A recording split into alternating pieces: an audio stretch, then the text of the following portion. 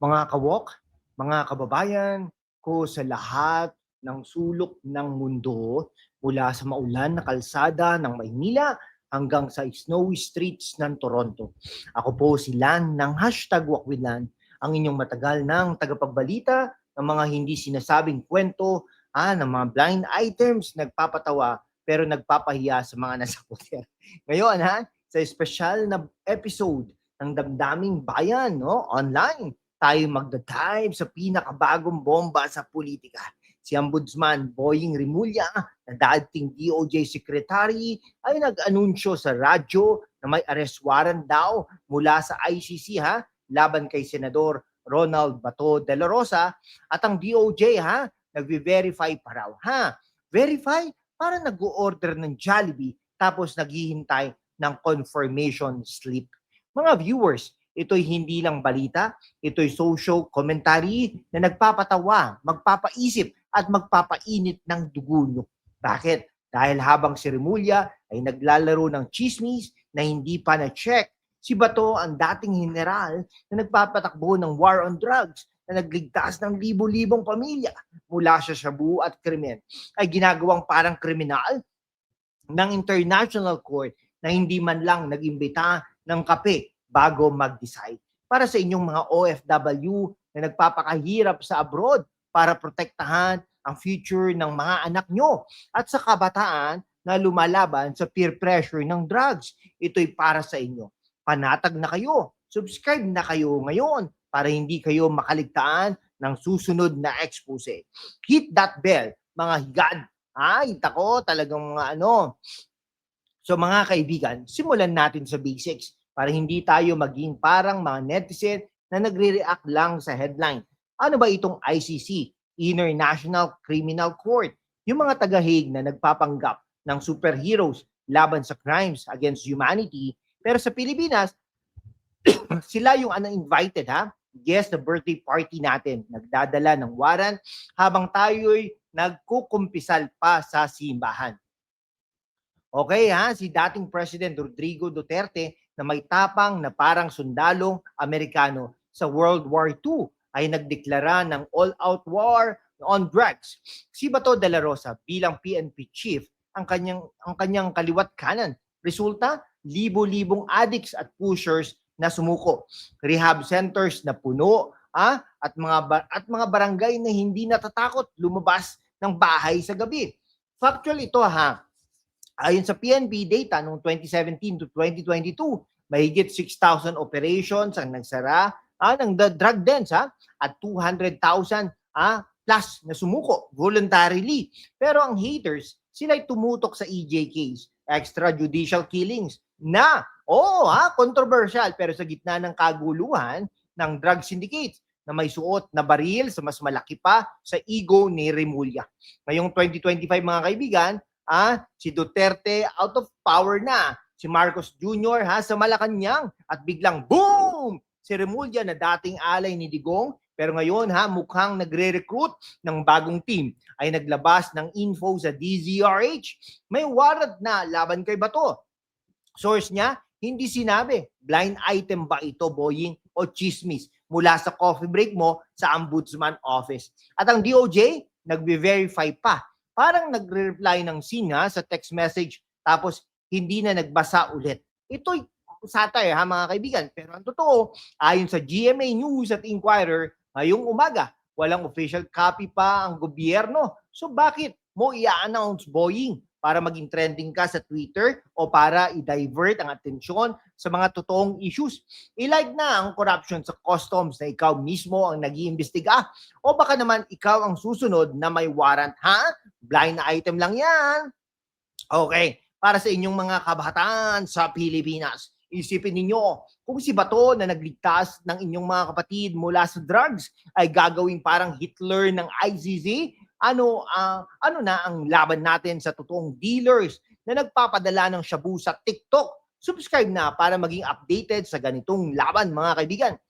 Okay, bago tayo mag-deep dive, shout out muna sa inyong mga hinahangaan kong audience sa mga OFW sa United States na naghuhusga ng plato sa New York para makapagpadala makapagpadala kay nanay. Salamat sa inyong suporta. Sa Canada, sa mga taga Vancouver na lumalaban sa winter at sa homesickness, kayo ang tunay na bayani. Saudi Arabia, mga kababayan, sa Riyadh na nag-overtime sa construction para sa future ng mga anak.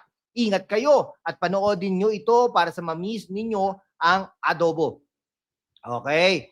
Australia, down under, sa Sydney at Melbourne, kayo'y parang kangaroo, malakas lumpat sa trabaho. Isa Italy, sa Rome na puno ng pasta at politika. Huwag kayong mag-Italian job sa issues natin. Japan, sa Tokyo, na sariwa pa ang sushi. Disiplin nyo ang inspirasyon natin laban sa korupsyon. Sa Malaysia, sa Kuala Lumpur, na busy sa traffic tulad ng traffic sa politika natin. United Arab Emirates, sa Dubai, naglittering pero mainit. Cool down kayo sa ganitong balita. Sa Hong Kong, sa busy streets na parang Divisoria, stay vigilant mga kaibigan.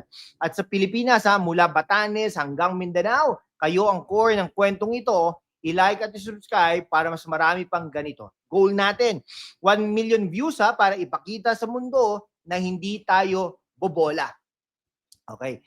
Ngayon, mga katdamdamin, let's get intellectual. Bakit critical ako kay Remulla? Hindi dahil galit ako sa kanyang polo shirt, baguhin natin yan. Boying, mukha kang taga-call center. Kung dahil ito'y classic case ng political opportunism. Si Remulla na dating DOJ Secretary ng BBM administration ay biglang naging ombudsman under Marcos, no? Coincidence? O chess move para i-checkmate ang mga Duterte allies.